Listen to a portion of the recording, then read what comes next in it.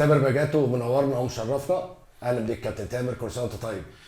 اهلا بيك يا منس، وكل سنه وانت طيب كده، ورمضان كريم عليك وعلى كل اصحابك وحبايبك والناس كلها يا رب. هنقول لك باجاتو بقى لان البراند نيم باجاتو. احنا اه هنقول باجاتو، مش لا تامر. باجاتو على طول باجاتو دي طبعا. تقول باجاتو على طول طبعا. نفتكر الجونين بتوع لا. المنصور على طول. ايوه باجاتو تمام. ده البراند نيم. تمام. منور يا تامر. اهلا بيكم. انا فاكر طبعا ايام الناشئين وايام هشام حنفي وايام عزبت الزمالك، كنت فرود من اللي هم الهجامين الهجامين. زمان بقى لا يا زمان. باشا، ندبلة الورد. حبيبي. كل سنة وأنت طيب. انت صح السلامه. كابتن تامر، طبعا انت تاريخ كبير ويعني اكيد غني عن التعريف. كنا حابين نعرف كده منك نبذه صغيره عن مشوارك والانديه. انت ابتديت في انديه كبيره اسما ووضعا في زمن جميل، يعني طبعا ما بقوش زي زمان. فاحكي لنا كده بقى المشوار. طيب احكي لك سريعا كده. انا كنت انا مولود في القاهره هنا، مصر الجديده يعني. فبدايتي كانت في نادي الشمس وانا صغير قوي، عندي 8 سنين كده، وبلعب كده كوره بقى في المدرسه. وكانت حياتي كوره كلها عباره عن كوره من انا عندي 4 سنين كده. انا حياتي كلها عباره عن كوره يعني. وبعد كده رحت النادي الاهلي وانا عندي 11 سنه. كان الكابتن مصطفى حسين طبعا ابو الاشبال طبعا ساعتها، الله طبعا يرحمه طبعا. يعني. العربيه الريتم البيضاء. اه جابني كده، كنا بنلعب بطوله في النادي الاهلي في نص السنه. لقيته النادي الاهلي قال لي تعالى، انت اهلاوي؟ قلت له اه انا اهلاوي. قال لي تيجي تلعب في الاهلي؟ قلت له اه طبعا. فرحت رايح بقى ورحت الاهلي، لعبت في ناشئين الاهلي من وانا عندي 11 سنه لحد ما مشيت بقى من النادي الاهلي. يعني دي قصه تانية كده طويله شويه. ايوه. لكن الحمد لله لعبت في كل مراحل الناشئين النادي الاهلي. كنت في هداف فرقتي الحمد لله. طبعا فرقتي كان فيها اسماء كبيره جدا. كان في معايا طبعا بدايه من الجون مصطفى كمال، وكان معايا احمد سامي وهشام حنفي وهاني العقبي وسامر عبد الرحمن ومحمد سعد. كان عندنا شله، كانت يعني فرقه جامده جدا طبعا. والحمد لله كنت هداف فرقتي يعني في كل مراحل الناشئين. لعبت منتخب 19 سنه مع كابتن هاني مصطفى، وبعد كده منتخب اولمبي مع ستايكو، وبعد كده رود كلول، وبعد كده يعني الحمد لله يعني كانت رحله حلوه بصراحه بالنسبه لي في الناشئين. وبعد كده لعبت، كابتن انور سلامه صعدني، لعبت في النادي الاهلي الفريق الاول وانا عندي 19 سنه. وكنت من قبليها من وانا عندي 17 سنه كان فايتسا بقى كان بيطلعني اتمرن، وانا عندي 17 سنه كان بتمرن يوم في الاسبوع مع الفريق الاول. اوكي. فكان في تواصل جامد قوي يعني، وده يمكن مش موجود دلوقتي. خلي بالك انت دخلت على معجنه، على حسام حسن وعلى ابراهيم وفيليكس يعني كان لا كان لسه على وبلال بس كان ساعتها لا بلال كان لسه برضه كان ناشئين. بلال اصغر. أيوة. الفرقه اصغر صح. اصغر. لكن الفرقه كلها طبعا كان ساعتها كان لسه علاء ميهوب بيلعب محمد رمضان. يعني لما طلعت وانا عندي 17 سنه كان لسه طاهر ابو زيد بيلعب وعلاء ميهوب بيلعب. اوضه اللبس مشكله. كانت سنه البطل طبعا الله يرحمه. وبعد كده يعني حسام حسن بقى، ابراهيم حسن وشوبير ومحمود صالح واسامه عرابي وعبد الجليل وصلاح الدين وهادي خشبه يعني كان في اسماء تخض. كابتن ايمن يونس، يعني امن شوقي. كابتن امن شوقي. كان عندنا كان في كميه اسماء كانت تخض يعني. متهيألي ان نزله التمرين في الوقت ده بتبقى تقيله قوي على ناشئ يعني. التمرين ساعتها كان ماتش، انت مش متخيل الجمهور اللي بيحضر طبعا. كان زمان في جمهور في التمرين عامل ازاي، جمهور صريخ يعني. وانت في وسط نجوم كبيره. طبعا احنا كنا مثلا نعدي جنب اوضه اللبس، كان نفسنا نسلم على اللعيبه، فجاه بتطلع. بس يعني كانت تجربه بالنسبه لي حلوه جدا طبعا. وبعد كده جيت بقى ولعبت دوري ممتاز وانا عندي 19 سنه. كابتن انور سلامه كان ماتش المنيا، ده كان اول ماتش ليا مع الفريق الاول يعني. وبعد كده جيت بقى لما هنتأيد بقى، حصل مشكلة ما يعني في النادي، واضطريت ان انا امشي السنة اللي رحت فيها المنصورة. ايوه. مشي معاك كام لعيبة يا تامر؟ كام واحد مشي من الفريق بتاعك ده؟ يعني اللي اتأيد هشام اتأيد ومصطفى كمال، احمد سامي اتأيد، مصطفى كمال اتأيد، بس 3. الباقي كله مشي للأسف. يعني كان صعب جدا ساعتها، كانت الفرقه مليانه وكانوا لسه في عزهم يعني. عايز افهمك كان الصف الثاني كان هادي خشبه ووليد صلاح الدين ومحمد يوسف يعني كان في ناس كتيره جدا، فرقه كامله الدكه من يمكن الجيل بتاعنا اللي اتفرم شويه يعني. الجيل بتاعنا حتى في الفرق الثانيه على فكره برضه اتفرموا كتير، او في قليلين قوي اللي كملوا يعني. هنتكلم مثلا قصادنا في الزمالك الناحيه الثانيه كان في معتمد جمال، مدحت عبد الهادي، وحازم واسامه حازم، اسامه نبيه. كان في علي ماهر بقى في الترسانة، كان أيوة، لسه ما بالظبط. بس الجيل بتاعنا ده مؤمن كان عبد جيل الغفار قوي جدا في بقية الفرق. يعني مثلا المقاولين عبد الستار صبري ومحمود العارف سمير كمونه وسمير، عودة. تامر مصطفى، عودة. لا كانت خلي كل بالك الفرق المنتخب الاولمبي بتاع 96 ده اقوى منتخب اولمبي بعد جيل طاهر ابو زيد بتاع 81. يعني احنا كان طبعا منتخب جيل عالمي. طبعا محمد صبري في الزمالك. طبعا. يعني في لعيبه كانت تقيله جدا. صح. فده كان مدي حتى شكل الدوري بتاعنا تحت كان قوي جدا. دوري الناشئين عندنا كان بيجي فيه جمهور غير طبيعي يعني. طب غريبه يا تامر، يعني برضو تجربه من النادي الاهلي وتفكر انك تروح المنصوره، يعني مثلا ما رحتش المقاولين، ما رحتش الترسانه، ما رحتش الزمالك. انا عارف الزمالك هنيجي دلوقتي قصه الزمالك بعد المنصوره، بس اشمعنى من الاهلي للمنصوره يعني؟ بص، شفت غريب. الحظ بيلعب دور خطير في الموضوع ده يعني. لان انا ما كنتش هلعب كوره اصلا يعني. انا لما مشيت من الاهلي سودت الدنيا في عينيك بقى وخلاص، مش سودت الدنيا في عينيا، بس انا كنت عايز العب كوره في النادي الاهلي وصغير وخلاص. صح. ما كانش في ساعتها بقى الاحتراف وبتاع، وكنت كنت مسافر امريكا اكمل تعليمي بره. يعني الموضوع كان حاجه تانية خالص. ايوه. وانا فعلا انا لما كنت رحت طبعا قعدت في الاسماعيلي الاول مع كابتن اسامه عباس، بس كان يعني ما اتفقناش يعني. نمشيها، ما اتفقناش يعني انا بحبه عشان جدا رمضان ما اتفقناش، بس ساعتها انا ما اتفقناش يعني بس ما تكيفتش. بس حته ما اتفقناش دي على فكره يا تامر طبعا موضوع ما بيموتش، ده موجود لحد النهارده. ايوه، في كيمياء بين اللعيب والمدرب يعني طبيعي لحد النهارده يعني. وانت بتتكلم على الذكرى الطيبه لكابتن مصطفى، انا عمري ما لعبت درجه اولى في الزمالك. اول ما ابتديت في الاهلي في الناشئين. الراجل ده انا فاكره زي ما يكون لسه شايفه الصبح. طيب الذكر، كان بيعلمنا ازاي نحط رجلنا في الكوره، ويقعد يشرح لنا على برتقانه. وبعدين انا بتهيألي ان ده ما بقاش موجود يعني. الحته التعليميه اللي قوي من تحت من البيز دي ما بقتش موجوده اصلا. والله بص، هي كانت العمليه شويه. كانت الناس بتحب الكوره اكتريه اللي شغالين في كل الانديه. صح. كان عندهم بس حته الانتماء كانت قويه قوي. يعني تيجي تروح الاسماعيلي، لا ده جاي من الاهلي. صح.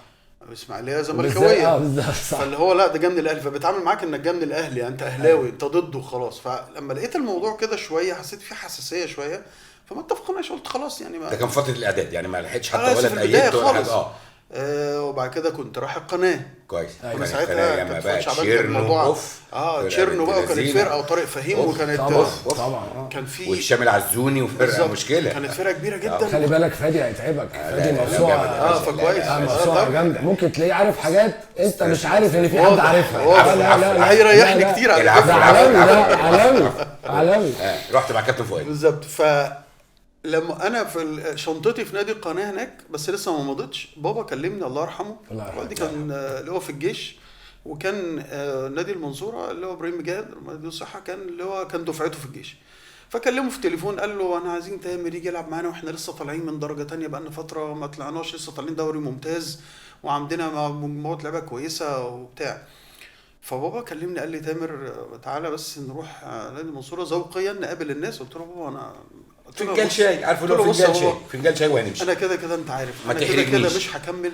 انا كده مسافر. امريكا المنصوره صعبه. امريكا المنصوره صعبه قوي. فقلت له انا عايز اسافر، بس بابا كان ضد فكره ان انا اسافر، هو كان بيهاودني. ايوه صح، عايزك تقعد. يقول لي انت هتسافر ومش هترجع بقى، ويعني كان ده الهاجس اللي عندي. انت الولد الوحيد؟ لا انا كنت الكبير. اوكي. انا عندي اخويا اصغر مني وعندي بنتين برضه، انا الكبير يعني. وبابا كان عارف ان انا مجنون. انا طول عمري بقى بحب الجري بقى بالعربيات، واحب عارف ان انا منطلق في اي حاجه. فقال لي انت هتتجنن بقى خلاص، يعني ايه هتبوظ. فمش هبوظ. هو كان بيقول دايما انت جريء جدا يعني. انا كنت عايز اطلع طيار حربي برضو، ضحك عليا ولفني كده لفه عشان ما اخشش وبتاع. ضحك عليا قال لي لا، عشان تخش طيار حربي لازم تبقى علمي ومش علمي وثانويه عامه بقى، انت فاكر علمي وادبي وبتاع. وانا صدقته ان هو لازم علمي. قلت له لا علمي، انا علاقتي بالعلم زي علاقتي باليابان يعني. يعني فقلت له خلاص تعال نروح. فجيت رحنا رايحين على نادي المنصوره، رحت هناك قعدت مع الناس رايحين نقعد قعده عاديه جدا عشان هو صاحبه يعني، فذوقيا نروح نقعد يعني. انا رجعت من هناك ماضي، والشنطه في الاسماعيليه في القناه. ما تسالنيش ازاي انا مضيت، ولو انا مركز ما كنتش همضي، لان انا كنت هسافر، واصلا انا مضيت هناك وانا راجع قلت لبابا كلمه في التليفون اعتذر له واديله الشيك واقول له بالرغم انها كانت نقطه فارقه جدا. عشان قلت لك الحظ، وحظي كان حلو جدا الحقيقة. وفي وقت المنصوره كان في فرقه محترمه ونادي واقف على حيله وكل حاجه. طبعا الفرقه كانت طالعه من درجه تانية بقى لهم اكتر من 10 سنين. بالظبط. المنصوره كان عندها جيل قديم طبعا، جه سعد الصليط بقى وبدير وسطوحي وكل واحمد يعني شاكر بالظبط. كانت فرقه ثانيه مش هتخلص بالعكس ده كويس. يا ريت يبقى في حد عنده المنصوره مشكله. لو طلعت بونت من المنصوره تبقى بطل في الثمانينات والتسعينات. وسعد الصليط والهادي وبلبل وفوش شغلانه. فكانوا بقى قعدوا بقى فتره طويله قوي ما عندهمش جيل تاني يطلع كده. كانوا لسه طالعين من درجه اولى ب. وحظي كان حلو جدا ان كانت الفرقه كلها فرقه كوره فعلا، يعني فرقه كوره من ياسر الكناني لايمن محب لعيب الكوره، باك رايت الوينج ليفت، عز الرجال صنايعيه الله يرحمه وركه كابتن الفرقه. وبعد كده لعيبه كوره بقى، لعيبه الكوره كلهم على حظي ان انا رحت لعبت لعيبه الكوره ما كانوش بيخافوا، لسه صغيرين وطالعين، فما عندهمش حته مقطعين بطيئه قوي. عارف فرقه مقطع بطيئه يعني مقطع بطيئه. بس لعيبه الكوره من نهار زار السقا ورا كمان صح. عبد المنعم مسعود، ياسر ابراهيم حسن وفرقه داوود بس انت برضه لعيب كوره صاحب ستايل وكورتك حلوه وشكلك شيك في اللعب. وانا يعني عرفت بقى اخش معاهم قوي في لان لعبت لعبه كوره، انا متعود على لعب الكوره. يعني احنا لما تبقى طالع بقى من انديه كبيره في الناشئين، وده طبعا اللي ممكن نتطرق ليه، يعني ان الانديه الكبيره زمان بقى ليه في مدارس. يعني عندك الاهلي كان مدرسه، الزمالك كان مدرسه، الاسماعيلي مدرسه، المقاولين مدرسه، المحله كانت مدرسه، الاتحاد مدرسه، المصري مدرسه طبعا. وكانت بتطلع الناشئين وتطلع لعيبه الكوره في كل نادي. انت بتبقى عارف مين اللي بيلعب هنا مين اللي ورا. طب وليه الموضوع ده مات؟ الموضوع ده مات عشان الانديه الجماهيريه اساسا ماتت. اتكلمنا عن الموضوع ده بناء عليه الناشئين بتوعهم ماتوا، فما بقاش حد بيطلع ناشئين، فبقت الاكاديميات خدت مكان الشارع. كمان احنا كنا بنلعب كوره في الشارع. صح. يعني ما حدش يلعب كوره لما يكون يلعب كوره في الشارع او يلعب كوره على الرصيف. طب احكي لي يا تامر عن اول تجربه لماتش للمنصوره في ملعب المنصوره. يعني عندكم ماتش بقى في الدوري خلاص ابتدينا واول ماتش في المنصوره. عايز ماتش ان فتره الاعداد للاسف بدات وانا ما روحتش، لان انا ما كنتش لسه شفت الفرقه ومش عايز اروح، عايز اسافر. ويعني يمكن يعني بابا كان السفر مسيطر عليك. خلاص يعني انا كان في دماغي العب النادي الاهلي وخلاص يعني. رحت يعني يمكن قبل الدوري بحاجه بسيطه جدا. بس انا من نوع يتمرن كويس قوي وبجد، لو ما اتمرنش خالص ما عنديش وسط. يعني لو خدت حاجه هاخدها بجد قوي، اوكي، ليه مش هاخدها خالص. اوكي، ما عنديش ان انا انزل تمرين وخلاص او انزل ماتش وخلاص، ما بعرفش خالص. هي كده وانا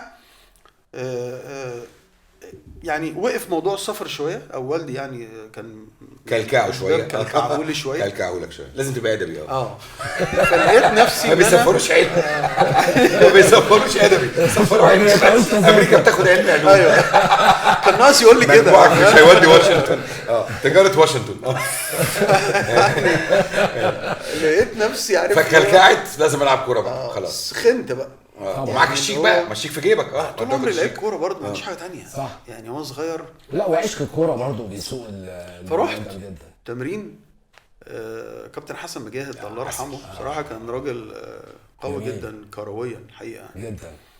فرحت والحقيقه هناك هو يعني كان مرحب بيا قوي، يعني اداني وضع قوي، صبر عليا الفتره. انا قعدت اقول انا مش عايز اروح ومش عايز العب ومسافر، ويعني ممكن حد تاني كان يقول لك خلاص ما تجيش بقى، لكن لا، كان عنده حمول. كان عنده ثقه فيا جامده جدا. فانا يعني انا بصراحه قدرت ده جدا، قلت متمسكين بيا قوي كده ليه يعني. رحت لقيت فرق الكوره كويسه جدا. يعني نزلت التمرين لقيت لعيب الكوره يعني مش مجرد عندك لعيب او اتنين كويسين، لا، اي فرقه 8-9 في 8-9 لعيب الكوره، في سكواد محترم جدا تقيل طبعا. فشجعوني ان العب، ما بفكرش بقى احنا هنعمل ايه في الدوري، مش ده اللي بفكر فيه. انا بفكر ان انا هلعب مع دول، يعني لعيب الكوره فعلا كلهم كويسين. فبدات اتمرن، ويمكن قعدت احتياطي. كان اول ماتش مع المحله في المنصوره ولا في المحله؟ في المنصوره. ماتش جامد، قمه الدلتا. مغلوبين 1-0، وكان جمهور المحله جمهور المنصوره طبعا، كان مسافة الاستاد قريبة مليان على اخره. طبعاً. أنا عايز المسافه أقول- قريبه، خلي بالك دي ساعه ساعه. لا والاستاد مليان على اخره. طبعاً. المنصوره كان كده زمان. فمغلوبين 1-0 ونزلت ومسخ. نزلت الشوط الثاني نزلت الشوط الثاني كده بعد 10 دقايق تقريبا، وفضلنا مغلوبين لحد الدقيقه مثلا 90 تقريبا، لقيت ما كوره جوه ال 18 كده طق طق طق، عبد الظاهر سقى طلع لعبها بدماغه خبطت في حد ونزلت قدامي، رحت بوش رجلي طق لقيتها راحت في سقف الجون. انا ساعتها بقى نسيت اي حاجه في الدنيا. لقيت نفسك في الفندق ما شفتش لقيت معاك، نفسي مش فاكر اللي حصل. لقيت نفسي شالوني بقى روحوني. بجيب جون التعادل طبعاً. قدام خلي بالك المحله أول ماتش ولسه مع نازل، الجمهور دي اداني ثقه جامده شهادة جدا. ميلاد. اللعيبه نفسها وثقت فيا جدا جدا طبعا. يعني الموضوع ده يمكن اداني، انت فاهم، اللاعب كوره لما بيتحط في مكان ولسه عايز يثبت نفسه او عايز يثبت ان هو قوي او واللعيبه تكون حباه، الموضوع بيفرق جامد جدا طبعا بيساعدوك. فلما تلاقي بقى جمهور المنصوره كمان جمهور اهلي، ايوه يعني منصوره اهلاويه، ايوه عارفين يا بيه. فالموضوع كان بالنسبه لي بقى كان من هنا بدايه الانطلاق، يعني ان انا حسيت ان انا في بيتي ايه ده، لا الموضوع حلو، ده الاهلي انا هنا جمهور في الأهلي. وبتاع. اصل تفرق لما تروح من نادي جماهيري، انت ما تقدرش تستغنى عن الجمهور، صح. وانا ده اللي طبعا. ما عرفت ما قدرتش استغنى عنه، انا لازم الجمهور يبقى موجود، الجمهور مش موجود ده لا يمكن، ما عرفتش. فده كان بدايه الانطلاق يعني، ومن هنا بقى واحده واحده بدانا نمشي كده، لقينا نفسنا ان احنا ماشيين تالت تاني ماشيين، لا ماشيين في ماتشات، بنعمل ماتشات قويه جدا يعني. المحله برضه على فكره ماتش الاسماعيلي المحله مش فرقه قليله طبعا. ازاي؟ لا فلا ساعتها كانت ماتش فرقه الاسماعيلي تقيله جدا منتدى طبعا. بنت اللذينه الاسماعيلي في اخر دقيقه برضه اتقلب الماتش. ايوه طبعا يعني. فرقة وبعد كده نروح الاسماعيلي تتعادل مع الاسماعيلي 0-0، نطلع على المقاولين العرب في المقاولين، والمقاولين ساعتها بقى كان سليم طبعا. كمونه وفرقه يعني من ورا لقدام محترمه جدا، نكسب المقاولين 1-0. المقاولين الحمد لله كنت انا جايب الجون، بس الناس ما سمعتش عن الاهداف دي لان الناس مركزه مع الاهلي والزمالك، ما كانتش وماتشات بتتذاع، ما ماتشات بتتذاعش. زمان ما كانتش بتتذاع فعلا. انما احنا عندنا ماتشات لو كانت اتذاعت كانت الناس بيجيبوها يوتيوب. تعرف الفرقه بيجيبوا عامله الحاجات ازاي، دي يوتيوب. يعني الفرقه دي برضو ما هياش محظوظه بالدرجه الكافيه ان اللعيبه دي ماتشاتها تتذاع. نروح في الاتحاد تتعادل مع الاتحاد في اسكندريه 1-1، والاتحاد بقى ايه، انت معاك احمد ساري، ايوه يعني هقول لك ايه، اسماء كلها من لعيبه منتخب مصر، احسن واحد بيرقص على الخط، احسن واحد يحط الكرة تحت رجله وظهره من الخط. جاي السنه دي انتوا خلصتوا تعالى تالت. خدها. ايه خلصتوا تالت. فالسنه دي يعني غير ماتشات الاهلي والزمالك بقى اللي هنيجي هنتكلم للزمالك عليها، في الكاس طبعا، لكن عملنا ماتشات قويه جدا مع اكبر فرق، ما فيش حد كان بيعرف يكسبنا، يعني دي كانت صعبه سواء جوه او بره، ودي كانت ميزه حقيقه حسن مجاهد طبعا بتوليفه اللعيبه اللي موجوده، ولكن كان ميزه حسن مجاهد انه مديك الثقه ان انت تلعب بره ارضك. انا بلعب هاجم وضاغط من قدام، ما فيش حاجه اسمها انا بلعب الاسماعيلي فارجع استنى، ما فيش الكلام ده خالص، وده كان اللي بيخض الفرقه كلها مننا، يعني لو تروح تلعب الاسماعيلي في الاسماعيلي انت ضاغط عليه من بدايه الماتش. ايوه صح. ازاي مين دول فاهمني، وتلاقي نفسك في الاخر طالع متعادل. عشان تروح الفرقة كان اسكندريه نفس القصه، عشان الفرقة كان عندها شخصية. بالظبط. سؤال بقى يا تامر، الفرقه دي كلها ما كانتش من ناشئين المنصوره، ان معظمهم في منهم كان من الناشئين طبعا، زي وليد عبد الظاهر السقا وليد صلاح الدين، وماشي. محمد كمونه، بس مش داوود كلهم. نصر، عبد المنعم مسعود، في كان ناس في لعيبه من بره، في ناس من المحله، في ناس من دمياط، نبرو، يعني الحتت اللي جنب المنصورة. المجاوره أوكي. يعني كلها الدلتا، منطقه الدلتا، بس كان كلهم متولفين السنه دي، يعني حسن كلهم. مجاهد عرف يعمل طبعا. التوليفه دي في السنه دي. يعني كابتن حسن مجاهد وكابتن وجدي غزي طبعا. يعني طبعا. كانت عينيهم حلوه جدا، وبيعرف ينقي اللعيبه، وهنرجع نقول بقى اختيار المواهب، العين. اكتشاف العين المواهب طبعا. وتروح تكتشفها العين. فين، طبعا. تروح تجيبها منين، ايوه دي اهم حاجه. وازاي بقى انك تشغلهم مع بعض او توقفهم على يعشقوا رجليهم مع بقى بعض وتعشقوا كمان مع طبعا. بعض، تلعب بيهم ازاي وسيستم خلي بالك اللعبه دي تلعب 5000 و7000 و8000 باسعار اللي هو ايه، جبت لك فيرو ب 10000 جنيه حكايه، مفيش الكلام ده دلوقتي. يعني كان اللي بياخد ساعتها 3000 جنيه ده جاي يعني ما كانش حد مصدق نفسه ما يعني. كانش طيب حد. تامر، بمناسبة ان انت من المحللين الحاضرين جدا في دوري المحترفين، وانا بصراحة بتابع الدوري ده جدا، لانه فكرة وجود مش عايز اسميه تيم بي ونتكلم بالترمينولوجيز بتاعت اوروبا وكده، لانه اللعيبة كبيرة جدا، انا شايف انه المنافسة فيه شرسة قوي قوي قوي يعني.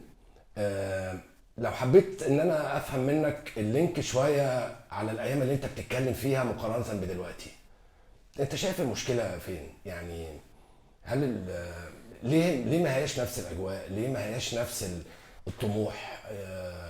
الرغبه جدا موجوده في صعود، في الوضع ما بقاش زي زمان متهيألي يعني.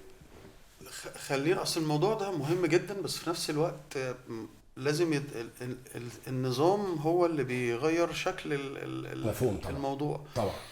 انت زمان كان في حاجه اسمها دوري الشركات، صح.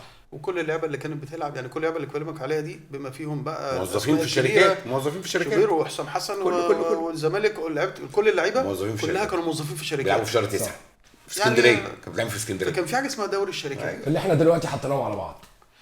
فده كان لوحده. فانت معاك الدوري المصري الممتاز وب ممتاز به تحت، اللي هو فرق بتنزل من تحت، وفي درجه ثانيه درجه ثالثه وات ايفر يعني. بس كل الانديه دي كانت انديه شعبيه كلها.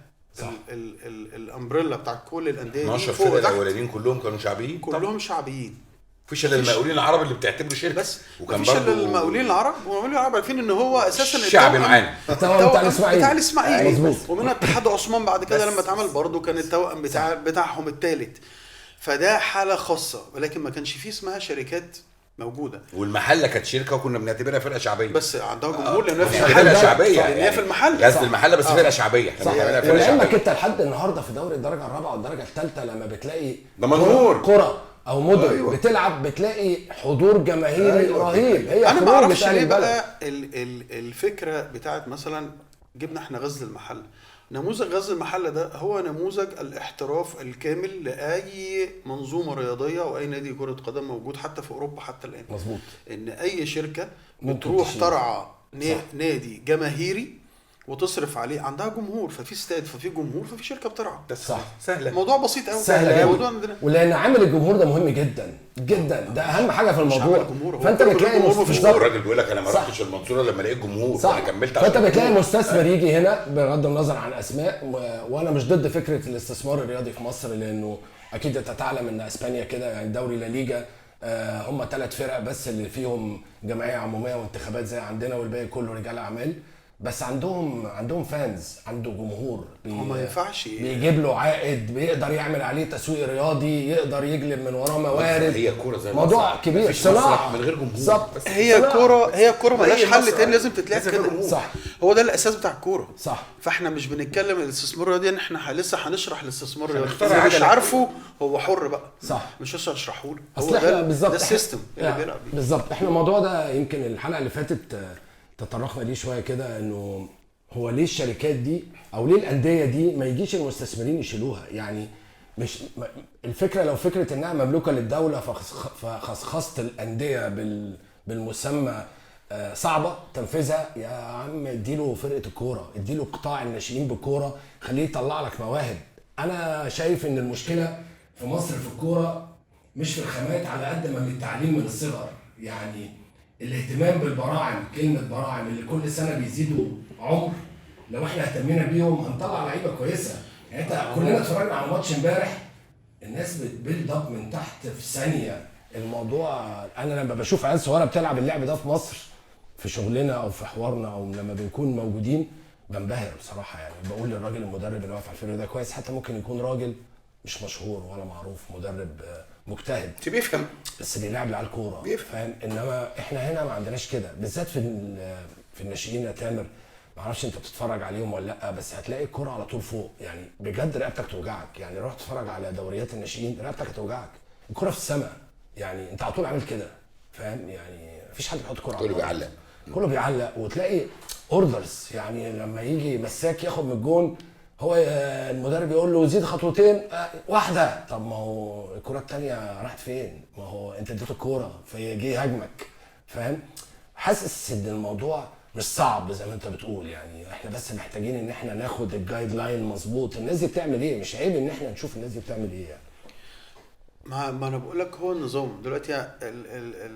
المستثمر دلوقتي هيروح يرعى نادي ليه جماهيري، وانت اوريدي قلت له هات ملعب وحبه لعيبه والعب في الدوري، او اشتري فرقه، وغير اسم الفرقه باسمها والعب بتاعه، وهو ما عنده استاد ولا عنده جمهور هيخش له ولا عنده تيشيرتات هتتباع ولا عنده اي حاجه خالص، ولا هياخد ولا بطوله ولا هياخد ولا فما بطوله. فرقتش معاه. طيب يبقى انت في الاخر بعت له الوقت، مستثمر في بعت ايه؟ له هو مش الوقت. مستثمر، معلش مش انا اسف مستثمر. طبعا كلهم مش لا طبعا، مستثمرين ما- لانهم بيخسروا. صح. اتحدى اي حد من المستثمرين اللي بقى لهم 20 سنه او 15 سنه مفيش في الدوري يجيب كده صرف كل سنه قد ايه وجاله عائد ودخل له قد قد ايه ولا حاجة. صح.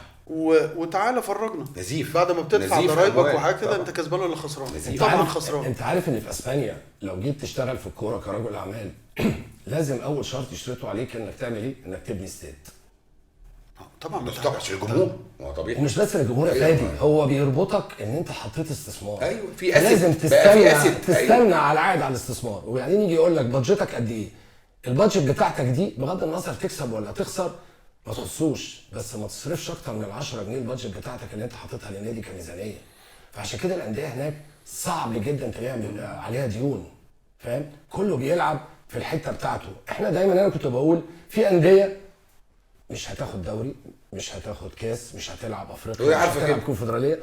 لازم نطبق مفهوم الفيدر كلاب. لازم يكون في انديه شغلتها في الدوري انها بتطلع لعيبه. اياكس والارسنال. لا غير انك تطلع لعيبه، ما انت لازم تحط له السيستم الاول يمشي عليه. صح. مفيش حاجه اسمها بيخش انا ميزانيتي مفتوحه انا معايا فلوس فهجيب لعيبه. مشكله كبيره. يعني ايه الكلام ده؟ ما هو بره انت ليك ليميت. هو ده بجد بقى في الصناعه اللي لعيبة بتكلم في مصر فيه. بتاخد صح. 25 مليون ما بتلعبش، ما صح. بتلعبش. مش مهم يا- يديله، ما هو حر. ما بس بيلعب. في الاخر بيلعب هيخسر. طيب. اخر السنه لما يخسر لازم النادي يتحاسب. ايوه نفسه يلعب. مش اللعيب اللي هيتحاسب. زي اللي حصل مع ميسي في برشلونه. هو احنا مش عايزينك تمشي بس احنا مش هنقدر نديك. عشان البادجت بتاعنا كده، فاهم؟ انما هنا بتلاقي الانديه بتتداين وتكتب عقود مع لعيبه وهي مش عارفه انها تدفع ليه لها فلوس بقى؟ ازاي، واللعيبه ما بتلعبش. وبعدين لأن هو يحصل مفتوح. شكوى وقيد يقف ما هو مفيش قانون يمنع ان اي يجي فلوس من اي حته من البيت عنده يحطها في الفرقه. او اعمل اللي انت عايزه. الكلام ده ما انت اللي بيحصلش شفت برضه. المشكله. لا بالظبط. ومش حاطط سقف للعيبه، انت فاهم الموضوع اللي هو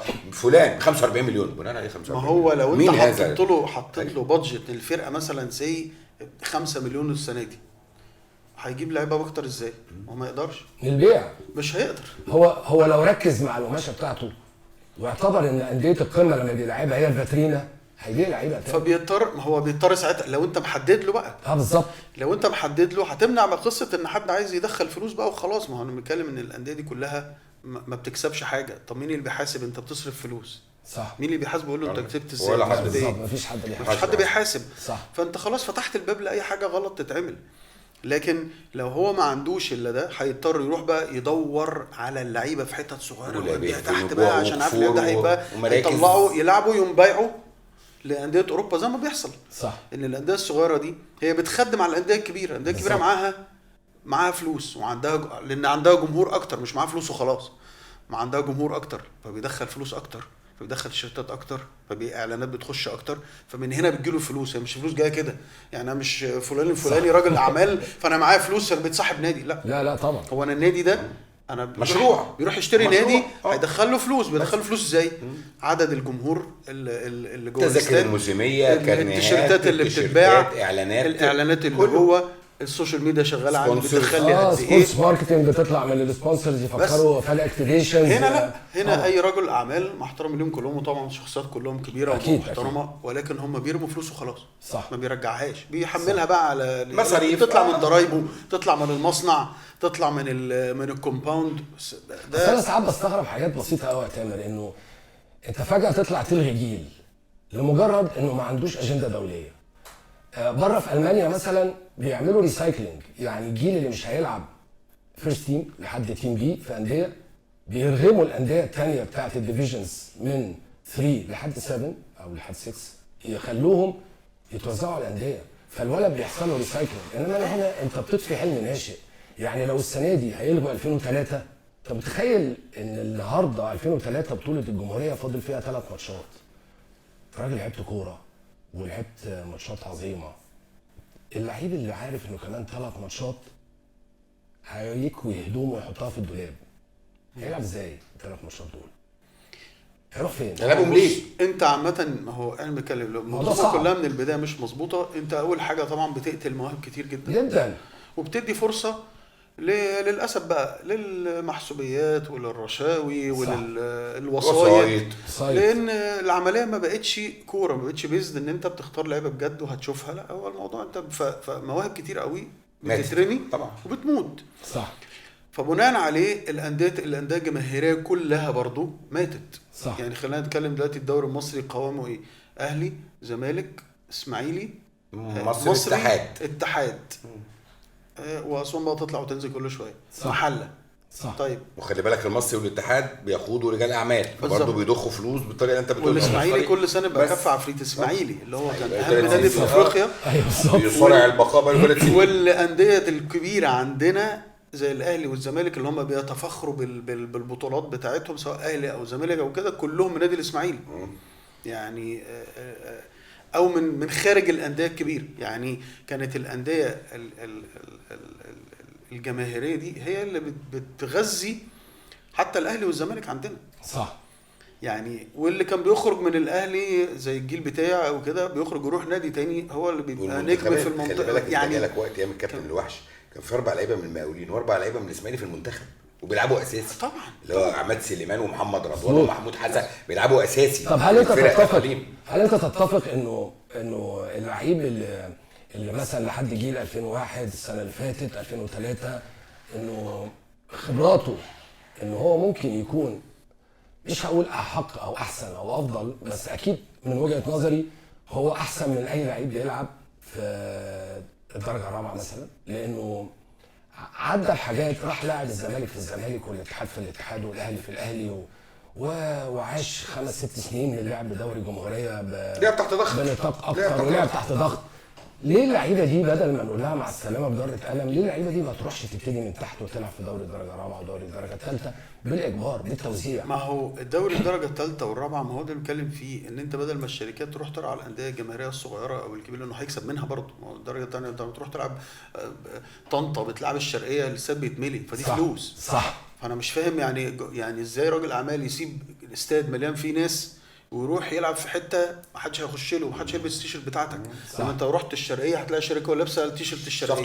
لو رحت جمهوريه شبين هتلاقي شبين كلها ماسكه لابسه التيشيرت، فدي تيشيرتات بتتباع، تذاكر بتتباع، ناس هتحضر، ناس حتى على السوشيال ميديا هتلاقي في 100,000 حاجه حتى على السوشيال ميديا دلوقتي.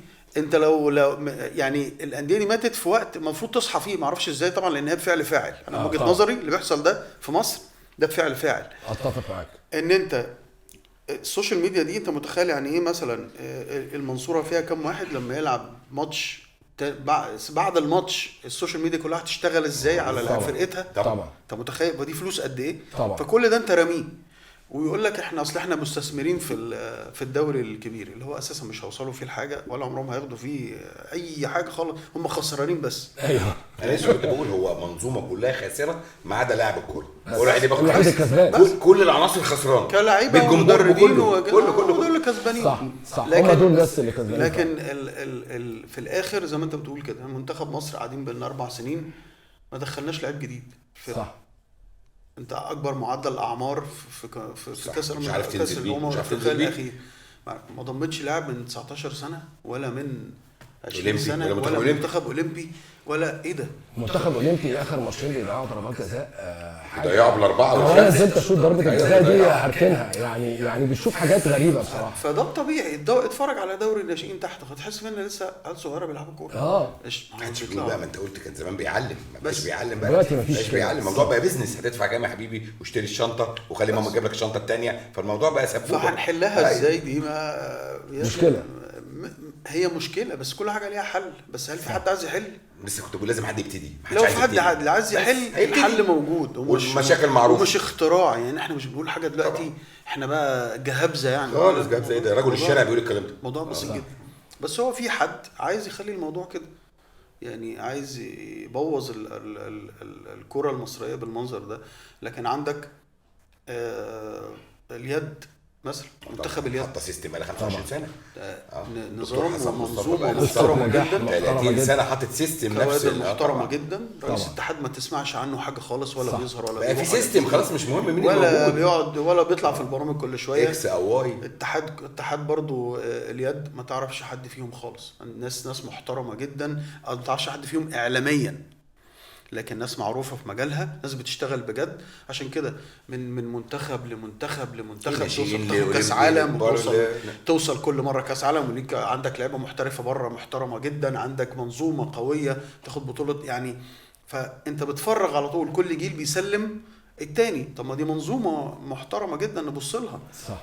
لكن للاسف كرة السلة ابتدت تفوق للاسف في الكوره اللي هي انت بقى كل الامكانيات عندك والاعلام معاك وكل الاسماء الكبيره والجهابذه والمحللين وما شاء الله فين المشكله، مش عارفين فين المشكله. معاك اكبر رجال اعمال في مصر، ايوه، بيتمنوا انهم يخشوا مجال الكوره، صح. بس كلها في الاخر بتطلع صفر. انت قاعد بتدور على راس حربه، بالك ما عندكش مصطفى محمد باك ليفت، بتدور على باك ليفت. لدرجه هي بنعمل ايه، نجنس علي معلول عشان يلعب باك ليفت. معقوله يا جماعه؟ حاجه صعبه جدا، صعب جدا، حاجه صعبه. كم الحراس اللعب بالرجلين بتاعها ضعيف جدا، يعني تلاقي يحصل بريس من فوق، تلاقي عايز يطلع مثلا للهاف رايت للهاف ليفت، لازم يكون يعني نسبه انها تطلع بره تتعدى ال 60 70%. انت عندك مشكله جون في مصر مش بالرجلين بس وبالايدين. هي عندك مشكله جون مش في مصر، هي مش راس حربه بس ولا باك ليفت بس طبعا ولا راس حربه ولا ندرك المواهب. مفيش المواهب كلها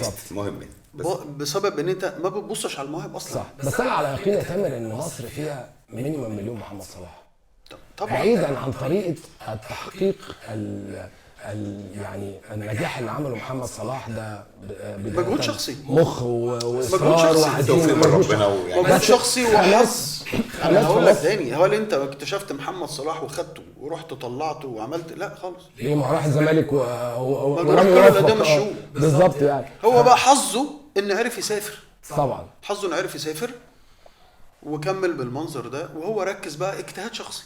صح. لكن كمنظومه بتطلع لعيبه زي ما المانيا كل 3-4 سنين بتطلع لك 4 لعيبه، زي ما اسبانيا بتطلع لك، زي ما ايطاليا، زي البرازيل، زي ده اللي بيخلي الواحد مستغرب بصراحه، ان احنا الكوره بقت صناعه، واحنا عندنا مصنع وعندنا منتج ممكن يخش رو ويطلع منتج محطوط في باكج. بس انت مش مشغل المصنع، هايله جدا، مش مشغل المصنع، مش قاعد على باب المصنع. احنا مش عايزين نعمل حاجه. المصنع شغال بس المكن متركب غلط، وبيطلع منتج غير مكتمل. والقماشه انت عندك قماش كويس قوي شايله في المخزن، خليه دلوقتي مش مهم، وشغال بالقماش البايظ. صح. فطبيعي جدا لازم يطلع لك. فالمكن شغال والمصنع شغال، بس اللي شغالين على المكن مش فاهمين ان اللي في الترس شغال غلط اساسا. صح. والقماش وحش، فطبيعي جدا تلاقي ان في الاخر مش لاقي حاجه. صح. طب بتطلع منتج وخلاص ولازم تنزله السوق، فتنزله السوق بتبيعه باي رقم يعني وخلاص. الكيلو ب 50 جنيه خلاص اشتري ب 50 جنيه، ما هو ده اللي موجود، مفيش غيره. طب بمناسبه فكره الاستثمار الرياضي بمشموله يعني شويه، انا مره شفت لك فيديو بصراحه كملته للاخر، وده ما بتحصلش كتير قوي طبعا، غير ان انت حبيبي وصاحبي وبتاع، بس لا بس يعني انت اتكلمت على توبيك انا مش قادر افوتها بصراحه. انت كنت بتتكلم عن السياحه الرياضيه. انا شايف ان الموضوع ده بيطبق في العالم، ومش هنروح ناحيه التجربه السعوديه عشان دي عايزه حلقات وحلقات، خلينا نسيبه على جنب دلوقتي. يعني تجربه السعوديه لسه يعني ما ظهرلهاش لسه اي يعني بس البدايات بدايات بروفيشنال، بس خلينا مش هو ده موضوعنا. انا شايف ان احنا بلد عندها من المقومات اللي ممكن تاخد الحته دي وتطير، وصاروخ يضرب في السماء بسرعه مش موجوده في الفيزياء زي ما بيقولوا يعني. ف سمعت منك كلام حلو، ف بسرعه كده قول لي انت دماغك شايف. هو كان دماغي يعني من فتره، وكنت عايز اعمل فيديوهات كده عن علاقه الرياضه بكل مجالات الحياه يعني عامه. بدات كده اعمل فيديوهات عن علاقه الرياضه بالتجاره وبالصناعه وبالسياسه وبالسياحه، وهم كلهم مربوطين ببعض على فكره. الموضه، حاجات كتيره جدا يعني، وعلاقه الرياضه بالرياضات الاخرى طبعا. فكان من ضمنها الفيديو بقى اللي انت شفته ده يعني، كان عن السياحه الرياضيه، لان مصر اساسا المفروض تبقى اول بلد سياحيه في العالم يعني. عندك مقومات رهيبه طبعا. سياحه بعيدا عن قصه الرياضه، شواطئ وسياحه واثار والشمس وكل حاجه ونيل وبحار وكل حاجه. انت قلت كل حاجه، كل حاجه بتتكلم، فمش محتاجه كل حاجه.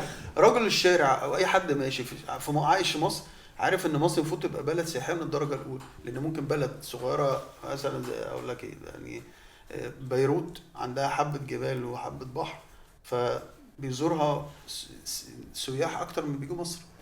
اليونان فرنسا، اسبانيا، كل دول ما عندهمش حاجات اللي عندك، البرتغال وبيجوا لهم 40 50 مليون في حتى السنه. ان كده ما عندهمش الا بحر وحبة جبال.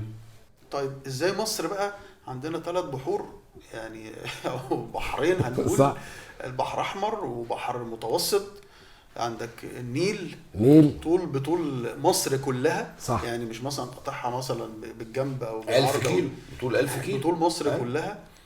جبال، صحراء، عندك جبال صحراء تحفه، عندك آثار. عندك تلج زي في سانت كاترين، عندك صحراء رمله، صحراء غربيه والشرقيه، عندك سياحه علاجيه، عندك في بس 100,000 حاجه. عندك سياحه دينيه من يهود لمسيحيين لمسلمين. يعني ازاي ليه مقابر الالمان كل العالمين، كل ده تستغرب انت ازاي عندك واحات، عندك يعني ازاي. انت قصدك بقى تقلب الموضوع ان احنا مثلا نعمل دورات كوره او دورات بادل او هو في أول اماكن حاجة زي كده. هرجع اقول لك تاني برضه المنظومه. مظبوط. اللي ماسك السياحه لازم يبقى فاهم ايه اللي بيجذب السياحه.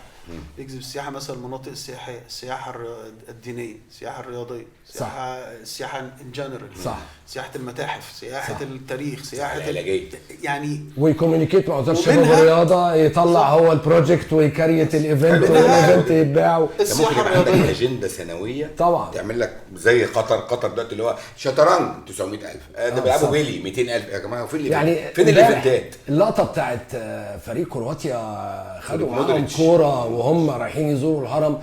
الناس دي عندها بلاننج، هم بيعملوا اللقطه دي لمتعتهم الشخصيه، ان هم هو بيعملها بشكل شخصي. اي حد شخصي. أي انا حد الهرم بس، لكن احنا بقى نستعملها في ايه؟ تستفيد بيها بقى ازاي؟ اشتغل عليها. الهرم ده جميع اي شخصيات في العالم معروفه في كل اي مجال بيجي لازم يروح الهرم. طبعا. بيسالوا مودريتش وبيتصور. تعرف ايه عن مصر؟ قال لهم اعرف الهرم محمد صلاح. لا. يعني هو الراجل قال لك الهرم حاجه منهم. فده طبيعي جدا. فاي حد بيجي من اي رئيس من طبعا. اي بلد في العالم ده اقل سايح طبعا. لويس ارمسترونج بالظبط بتاع الجاز يعني أيوه. جه من اخر الدنيا راح يتصور عند الهرم.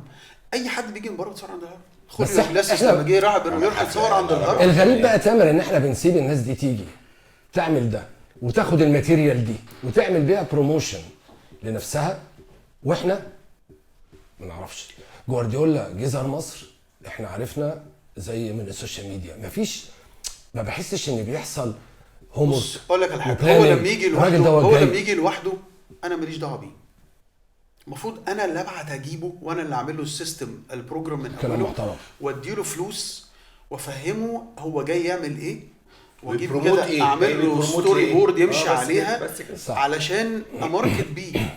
فكون ان هو جاي، طب روح اقعد معاه فهمه، قول له احنا عايزين نعمل كذا، بلاش بقى نروح نشحت منه يعني والنبي احنا عايزينك صوره هنا والنبي فيديو لمصر ربنا ويرفض وبودي جارد يقول لك لا ممنوع. وده الكلام الفاضي. بعدين تحس ان احنا برضو بنضر نفسنا. يعني في لقطه امبارح انا افتكرتها دلوقتي، لوكا مودريتش بيلعب كورنر وفي واحد بيشاور عليه بالليزر. شفت دي؟ هو عمل حركه فيري بروفيشنال. عمل دي؟ لا فادي ده سقف لهم، فالمدرج هاج، فاللي بيعمل بالليزر اتشغل. ايوه رفع الكورنر.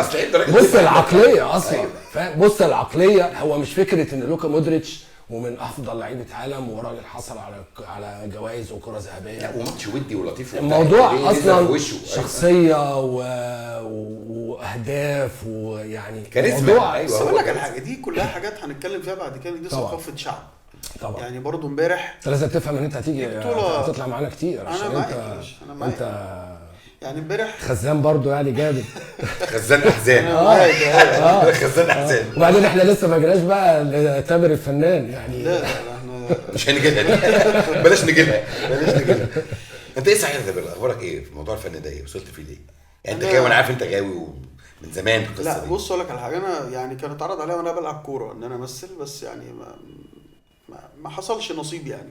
في حاجات كنت ماضيها فعلا اوريدي يعني، بس ما كملتش. اوكي. وبعد كده قلت اجرب كده، فجربت مع ناس كلها كانوا صحابي يعني كان عندي مخرج حبيبي اسمه عمر الشيخ الله يرحمه. فكان في مسلسل اسمه بشرى ساره كان مع ميرفت امين. رحت جربت كده الدنيا المخرج تاني حبيبي برضه اسمه حسن عيسى، مسلسل اسمه الأحد ينام في الإسكندرية. كنت بروح أجرب كده بدل ما بروح أخد ورش عمل ورش بتاع، تمثيل بتروح وكده تشتغل براكتيكال صحابي، فكنت رحت داخل على طول كده. لكن حسيت نفسك ولا ما حسيتش نفسي يعني، ما لقيتش، مش منطقتي قوي يعني حاطط نفسك مع صالح سليم واكرامي والناس اللي مثلت وكابتن عادل هيكل، ولا حاسس ان انت لا ده ما حطيتش برضه يمشي شكله لذيذ وفي وشه فوتوجينيك؟ ما هو كل اللي كان بيجي لي كان بيجي في الحته بقى دي. فانا بقى ما كنت بكره الحته دي قوي. مش عايز المخرجين يحددوني، عايز اطلع مجرم. لا مش عايز اطلع العيل كيوت. عايز اطلع صعيدي بس وشك مش خدمك، شكلك تركي امشي يعني، وشك مش خدمك. دي مشكله. طلعني عادل ادهم ماشي، طلعني عزيز نفسك تبقى عزيز بالظبط. في الحقيقه تامر مش عارفين نقول لك ايه يعني، اتبسطنا معاك جدا. وخلي بالك انا كنت من لعيبه الكوره اللي بتحبك جدا جدا جدا. ده شرف ليا والله. يعني بغض عن النظر عن الجونين بتوع المنصوره انت ضايقتنا برضه يعني، بس اشرف قاسم يعني كانوا طعنه. كنت نازل ومش بادئ الماتش، رحت نازل مخلص علينا في كورتين سينمائيتين، وكنت هتيجي الزمالك بس منه لله بقى اللي قال عليك اهلاوي مش مشكله. خسرنا فيرود جامد جدا. في الاهلي برضه كسبنا الاهلي 1-0 يعني طيب يعني الموضوع الاثنين عشان يعني. احنا الكاس دايما عندنا عقده في الكاس. الجونين كانوا حلوين قوي بصراحه، واحده منهم اللي هي المقصيه دي كانت سينمائيه. اهم حاجه ان انت لسه فاكر. لا يا باشا الحاجات الحلوه دي ما بتروحش يا باشا. الحاجات لا خلي بالك فادي. لا هو تامر حبيبي بصراحه يعني فادي في جيل حازم بتاع المنتخب الاولمبي ده كان من اللعيبه المميزه، وكان في الناشئين كمان كان بعبع الزمالك. لا كان متعب يعني. طب انت شايف فيرود يعني شايف ان في روشته صغيره ممكن كلمتين دواء يعني نعمل ايه؟ الناس عايزه تعمل ايه؟ يعني لازم تبتدي تعمل والله ايه؟ الناس اللي شغاله في الكوره يعني تحب الكوره شويه، يعني حبوا الكوره شويه اكتر من نفسكم. حبوا بلدكم شويه. يعني انت راجل اشتغلت في الكوره طول عمرك ودوست في الكوره طول عمرك، حبها شويه. الكوره مش مجرد ان انت هتظهر، مش مجرد ان انت تاخد فلوس وخلاص. لكن لو العمليه ماشيه كده مش هتقدر يعني خفوا النحت. لازم الناس نخف النحت شويه، لازم الناس تحب يعني يحبوا الكوره شويه، يعملوا حاجه الناس تفتكركم بيها شويه. دي اهم حاجه. وتدعي لكم يعني بدل ما تقعد تدعي عليكم وتترحم عليكم. بص يعني كلمتين في الجون بتهالي محتاجه لخصت كل حاجه كلمه بالظبط. يعني حبوا الكوره دي هي بصراحه حبوا بلدكم شويه. ايوه حبوا الكوره وحبوا بلدكم. حب ان احنا نفسنا الدوري المصري يرجع زي تاني. كانت الدول العربيه كلها مقلوبه اهلي وزمالك. تروح اي حته تقول لي انا اهلاوي، تروح السعوديه يقول لك انا اهلاوي وانا زملكاوي. لا ويوم الجمعه فاكر ماتشات الدوري الساعه 3 تروح تونس، تروح المغرب، تروح السودان، تروح اي حته يقول لك انا اهلي وزمالك. الدوري بتاعنا دلوقتي بقى واحد بيتضايق لما بيشوف دوريات حوالينا بصرف النظر في اني بلد الدوري بيعلى قوي وبيكبر جدا، وانت الدوري عندك بيقل دي تضايق جدا بصراحه. فحبوا منتخب مصر. وطول على فكره طول ما هنفضل عندنا ناشئ عنده 25 سنه و 26 سنه وما زال بيتقال عليه ناشئ، دي كارثه كبيره جدا جدا جدا جدا جدا. الناس مش محتاجه تعرف اسمها فين. الموضوع صعب وزي ما انت بتقول بيضايق جدا، خصوصا ان الحلول موجوده ونقدر على فكره طبعا مش صعبه خالص. انا مش شايف ان في حاجه من كل الحاجات اللي مطلوبه ولا الكي بي ايز اللي تخليك توصل لده. انا مش شايف ان فيها حاجه مش موجوده عندنا. كل حاجه موجوده، كل حاجه موجوده خاصه في الكوره. كل حاجه موجوده، فلوس موجوده، اعلام موجود، اهتمام خامات موجوده، مواهب، ملاعب ولكن مش احسن حاجه الملاعب بس تتحسن. المدربين كمان محتاج ان انت تحط كرايتيريا. في مدربين بتقف على الخط في الناشئين هو ما عندوش شهاده اصلا. هو ثانيه واحده بس، هو مين اللي جاب المدرب ده؟ ما هرجع تاني طبعا مين اللي جاب المدرب قال له تعالى امسك ده بالظبط. هنا المشكله صاحبه جايبه. فهنا دي المشكله. انت لازم تظبط المنظومه كلها علشان في الاخر تطلع بنتيجه. مش هتعرف تغيرها في يوم وليله، وفي يوم وليله ما ينفعش. مش هتغير المدربين فالدنيا هتتغير صح، ومش هتغير الكشافين اللي بيشوفوا اللعيبه فالدنيا هتتغير، او مش هتغير لكن اللي تقدر تغيره الاداره والسيستم. هو ده اللي يتغير لو ظبطته واحده واحده اللي تحت هيتظبط معاك. تامر احنا كل شويه بنمسك موضوع كده نفصصه، فهنحبك ان انت دايما تيجي تنورنا ويا رب نكون احنا اللي خفاف عليك يعني. وانت عندك من المعلومات الجميله، وانا متاكد ان انت بتحب الكوره بجد وبتحب البلد جدا. انا ده شيء انا متاكد منه، ودماغك فيها حاجات كتير. يا رب نقدر نوصل لاي حد حاجه انه يتحرك. انا يمكن انت عارف شويه ان انا قريب من الناشئين وبحكم شغلنا ده انت وكده. جوه المطبخ يا أستاذ. جوه المطبخ. بس الواحد بيشوف حاجات بصراحه بجد بتضايق، لان في خامات كويسه جدا وما بتلاقيش اهتمام. الناس محتاجه تفهم انه المنتج ده محتاج يتجهز في كل حاجه، نفسيا وذهنيا تغذية واخلاقيا واكل وشرب وطريقه وثقافه الجمهور على فكره اللي بيتفرج على الكوره، وكل الحاجه لازم تتظبط. الصحفيين، المراسلين، المصورين كمان. انا بكلمك في الحاجات اللي بره، مذيعين الماتشات، مذيعين الماتشات. انت بتلاقي مذيع ياخدك برضو، مش هنذكر اسماء، ياخدك في حته وهو في احلى حته في الماتش هو بيتكلم في حته تانية خالص، فاهم؟ حتى استخدام الالفاظ بتاعه الاذاعه اللي ليها علاقه بالكوره مش موجوده. زمان لو رجعنا الناس المذيعين اللي كانوا بيعلقوا زمان كنت تعرفهم بالاسم، كلهم كانوا شخصيات مرموقه جدا. طبعا كان يعني الجويني، سم مذكور، علي زور، الشربيني، حماده. الناس دي طبعا كانت يعني كانوا بيحبوا الشغلانه جدا وبيحبوا الشغلانه، صح. اللي لواء واللي ايه واللي مهندس كان بيحب الكوره جدا، بس كان قدامه قماشه. طبعا ايوه. فكان بيبدع، فتلاقي ان انت بتسمعه متسلطن. لا وخلي بالك يعني في افيهات. يعني انا فاكر الكابتن علي زور في كاس العالم 82 حصل ديبيت على هو فالكاو ولا فالساو. ايوه. فابتدى الكابتن نجيب المستكاوي قال لك في ناس بتفتي هو اسمه فالكاو. فراح تاني يوم علي زور على الهوا في كاس العالم من اسبانيا قال لك انا قابلت فالكاو على الاسانسير وقال لي انا اسمي فلساوي يا كابتن علي في كده. خلاص علق على خلاص ما حدش يتكلم. مش اسمي فلساوي يا كابتن علي، خلاص خلصت. نورتنا يا تامر، وكل سنه وانت طيب. ان شاء الله نشوفك كتير. انا متشكر جدا ان انتوا استضفتوني النهارده. لا ده انت نورتنا حبيبي، وبسطت فعلا من القعده جدا. اتكلمنا بجد في الكوره، وقليل قوي لما واحد بيقعد يتكلم بدون كده ما تقولش كده ما تقولش كده بالظبط. الشهاده نعتز بيها والله. بص احنا يعني احنا كل ما بنيجي ننهي ما القعده معاك شيقه، بس والله احنا مش عايز اقول ما فيش قيود في اللي احنا بنتكلم فيه، بس احنا بنتكلم بجد، بنتكلم في حقيقه ملموسه. كلام الشارع. فاحنا بنقول فعلا كلام الشارع. والله مصر مليانه خامات ولاعيب الكوره رائعه طبعا، مش محتاجه غير شويه اهتمام بالمنتج، هتطلع منتج رهيب اكيد جدا جدا جدا جدا. ومش عيب ان انت يكون عندك حد بيلعب في مستوى وانت شايف ان هو بدل ما تقول له اقعد في البيت قول له يا ابني انا هوديك المستوى ده شويه اللي تحتيه، فاهم؟ عشان انت خامه كويسه حافظ عليه. انما بجرة قلم الغي جيل لمجرد ان ما عندوش اجنده. كفايه بقى سيب الراجل يتصحح، حرام عليك. انت ايه احنا هنبعت لك السحور دلوقتي. هات له سحور، حرام عليك. نورتنا تاني. نورتنا تاني حبيبي. بس يا حبيبي. شكرا.